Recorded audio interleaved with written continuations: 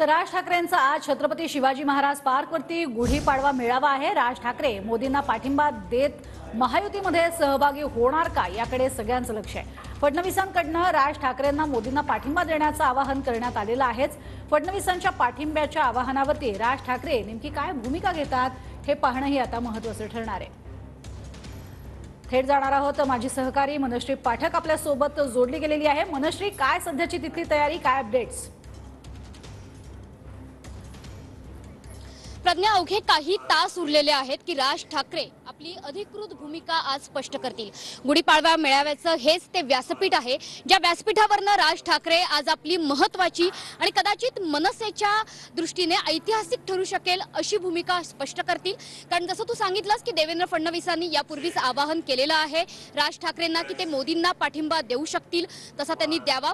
दुसरीकडे संजय राऊतांनी आज त्यांच्यावर टीकास्त्र सुद्धा टाकलेलं आहे, त्यांना त्यांच्या जुन्या वक्तव्यांची आठवण सुद्धा करून दिलेली आहे। त्याच्यामुळे याच व्यासपीठावरनं राज ठाकरे आज त्यांची भूमिका स्पष्ट करतील। दुसऱ्या बाजूला जर आपण बघितलं तर व्यासपीठाच्या समोर साधारणतः 3 ते 3.5 हजार खुर्च्या मांडल्या गेलेल्या आहेत। राज ठाकरेंची भूमिका ऐकण्यासाठी, प्रत्यक्ष पाहण्यासाठी कदाचित हजारोंची गर्दी, शेकडोंची गर्दी आज या शिवतीर्थावरती होऊ शकते।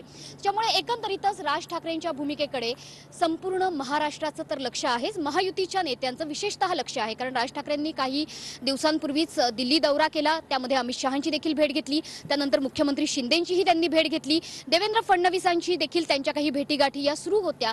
राजकीय वर्तुळात ही अशी संपूर्ण चर्चा सुरू असताना आज या शिवतीर्थाच्या स्टेजवरनं, व्यासपीठावरनं राज ठाकरे नेमकी काय भूमिका घेत आहेत, मनसेच्या इंजिनाचं चाक नेमकं आता कोणत्या दिशेने धावणार आहे हे बघणं अत्यंत महत्त्वाचं आहे।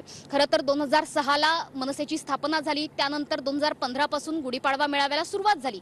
मधली एक काही 2-3 वर्ष सोडली, तो खंड सोडला, तर दरवर्षी गुढीपाडव्याला राज ठाकरे व्यासपीठावरनं आपली भूमिका स्पष्ट करतात, आपल्या कार्यकर्त्यांना, मनसैनिकांना एक दिशा देखील देतात।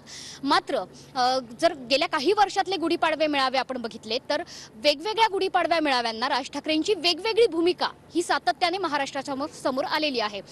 सुरुवातीला त्यांनी मोदींना पाठिंबा दिला होता, त्यानंतर मोदी आणि फडणवीसांच्या विरोधात त्यांनी भूमिका घेतलेली होती, त्यानंतर एकंदरीतच महाराष्ट्राच्या हिताचा आपण निर्णय नक्कीच आणि प्रत्येक अपडेट तुमच्याकडनं घेणारच आहोत। तुर्तास धन्यवाद या संपूर्ण सविस्तर माहितीसाठी मनश्री।